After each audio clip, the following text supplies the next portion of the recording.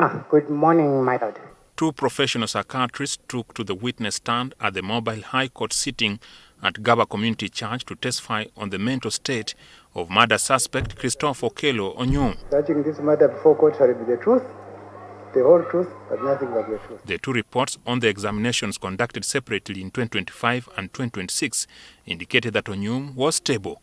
A psychiatrist working with Sick Care Kampala International Hospital, Dr. Rogers Agenda, testified that Okello sought the psychiatric services as required of any person seeking Ugandan citizenship. My lord, he came to Sick Care IHK after having been referred by the Ministry of Internal Affairs. Onyum is an American citizen and holds the country's passport and a driving license. And that time, he had a plan to settle in Uganda and start commercial farming. Agenda told the court that in his examination, Okello ticked all the boxes correctly, proving that he was mentally stable.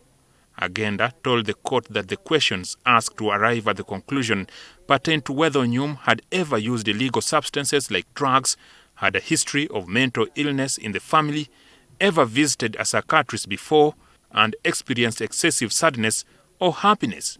All the questions were to his denial.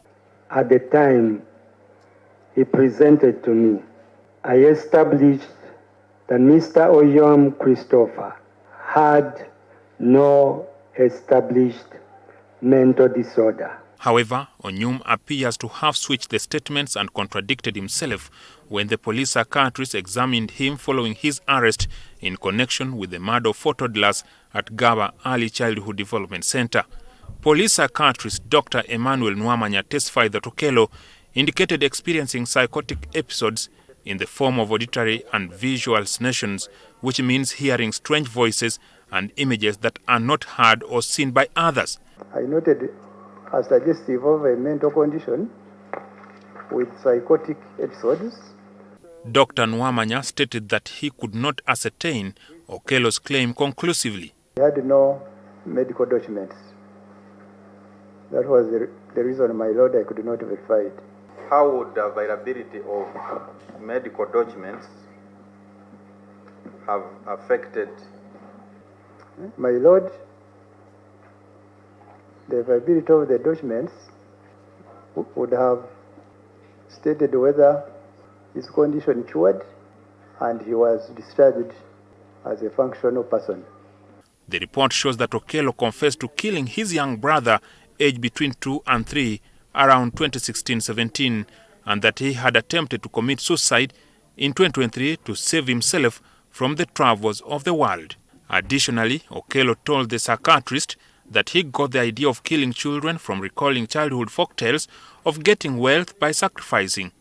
The doctor says that Accused told him that the accused was able to explain the reason for killing the children as fortune hunting and enrichment. Would that reason given have been caused by any abnormal mental state? My lord, no, because when I assessed him, he was not undergoing symptoms that influence the killing of the children. However, Nwamanya testified in the court that based on their conversation, Onyum was stable. He was calm and cooperative, speech was coherent, his memory intact, and exhibited good judgment. In the testimonies of the landlords where Onyum rented houses and that of a car hire dealer, Okello was social and coordinated in his actions like driving, communication over the internet, and conducting mobile money transactions. The psychiatrist testified that persons with psychotic episodes can engage in similar activities. The proceedings will resume on Monday.